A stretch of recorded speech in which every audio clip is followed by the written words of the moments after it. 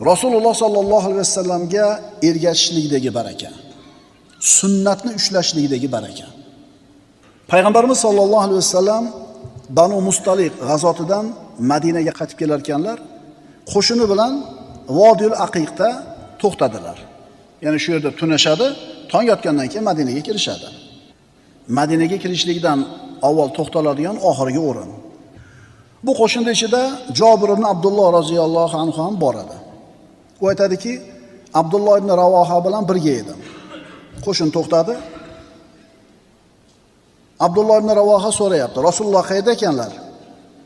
Unga qo'shinning avvalida ekan, yotib uxlayapti ekanlar deyishdi.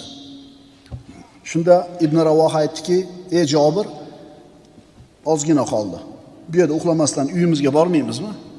Uyimizda tunamaymizmi?" Jobir roziyallohu anhu, "Ey Abdulloh